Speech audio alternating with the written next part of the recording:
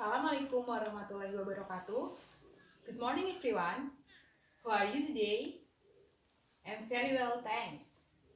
And before we start the class, let us say basmalah together. Bismillahirrahmanirrahim. And who is absent today? Ada yang tidak berangkat hari ini? Ya, yang tidak berangkat segera melapor pada saya ya, agar bisa saya input pada absensi. So, untuk pertemuan kali ini kita akan membahas atau mempelajari tentang hal yang sangat simpel yang sering kita jumpai tapi jarang kita ketahui atau kita notice. Ada yang bisa menebak apa yang akan kita pelajari? Ya, masih belum benar. Well, kita akan belajar tentang food and medicine label atau biasa kita sebut sebagai label pada makanan atau obat. So the definition of food and medicine label is information provided on the packaging of a product such as medicine, food, or even drink, which contain detailed description of the context of the product and is usually located behind the packaging. Jadi, label ini merupakan informasi yang terlampir pada kemasan sebuah produk seperti makanan, minuman, bahkan obat yang mengandung penjelasan cara rinci dan detail terkait isi kandungan produk tersebut, dan biasanya label ini terletak pada belakang kemasan.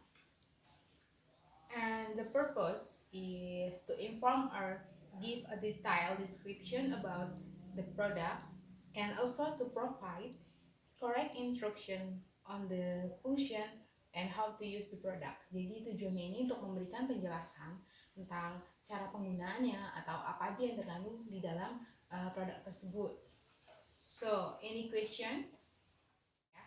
Jadi ada banyak macam-macam label yang sering kita jumpai, yaitu ada medicine label atau label pada kemasan obat, drink label atau label pada kemasan minuman, and food label yaitu label pada kemasan makanan. Dan apa aja sih yang terkandung atau informasi apa yang terlampir di sebuah label yang sering kita jumpai pada makanan, minuman, ataupun obat yang kita beli? And I'm gonna tell you, and they are, first is composition, yaitu bahan yang terkandung dalam produk tersebut, and description atau penjelasan rinci produk macam apa sih ini yang kita beli ini, and indication, biasanya tercantum atau terlampir pada obat, yaitu gejala yang bisa disembuhkan obat. Lalu ada warning, peringatan atau larangan yang tidak boleh dilakukan saat konsumsi obat. Kemudian ada manufacture date atau tanggal produksi obat itu dirilis. Direction of store, yang menjelaskan tentang informasi atau petunjuk cara penyimpanan obat. Lalu ada duration of use, petunjuk penggunaan obat. Lalu ada manufacturer, informasi tentang perusahaan yang memproduksi obat. Lalu tidak lupa ada juga name product, biasanya kita temukan di bagian awal pada label. Lalu ada jika kita temui di produk kemasan makanan atau minuman, ada juga nutrition fact, yaitu kandungan nutrisi yang ada dalam produk tersebut. Jadi untuk melatih kepahaman kalian atas apa yang telah saya jelaskan, saya akan menguji beberapa dari kalian secara random. Di sini sudah ada contoh dari label of product, ya. Jadi di sini tuh ada label of medicine, ada label pada kemasan obat, dan saya akan menanyakan bagian-bagiannya dan kalian harus menyebutkan masuk ke dalam mana bagian-bagian yang saya sebutkan tadi. Popo Drops and Coach ini termasuk dalam name of product karena di sini menunjukkan tentang nama produknya, nama produk si Fix ini, ya. Oke, kita mulai ya kuisnya. Saya akan memilih satu dari antara kalian secara random dan kalian dituntut untuk menjelaskan termasuk dalam bagian apa bagian ini ya.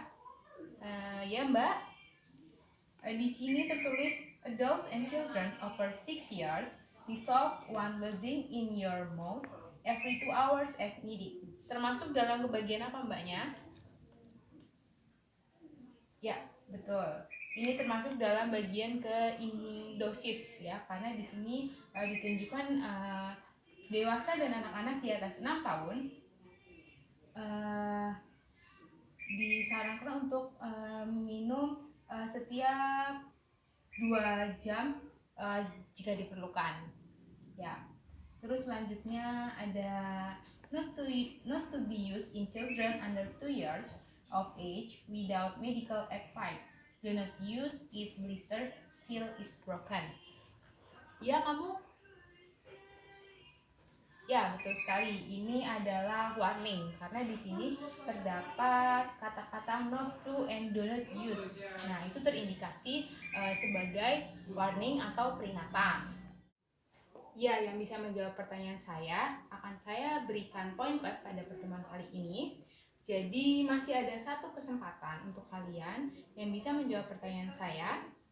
And di sini ada store below 25 degrees Celsius. Siapa yang bisa menjawabnya? Akan ada poin plus. Ya, kamu. Direction of use, are you sure? Kurang tepat ya. Ada yang bisa menjawabnya lagi? Ya, direction of store. Ya, betul. Betul sekali. Karena gampang sekali kita menentukan direction of use or store karena di sini ada store below 25 degrees Celsius yang artinya simpan pada suhu di bawah 25 derajat Celsius. Jadi ini termasuk ke dalam petunjuk penyimpanan. Ya, oke. Okay. Give applause to us and because I think it's enough and thank you for your attention and your participation. Jika ada pertanyaan lebih lanjut bisa ditanyakan di luar jam pelajaran karena saya sangat senang sekali jika kalian ingin bertanya. Jika ada salah kata mohon dimaafkan, kurang lebihnya see you on the next meet. Wassalamualaikum warahmatullahi wabarakatuh.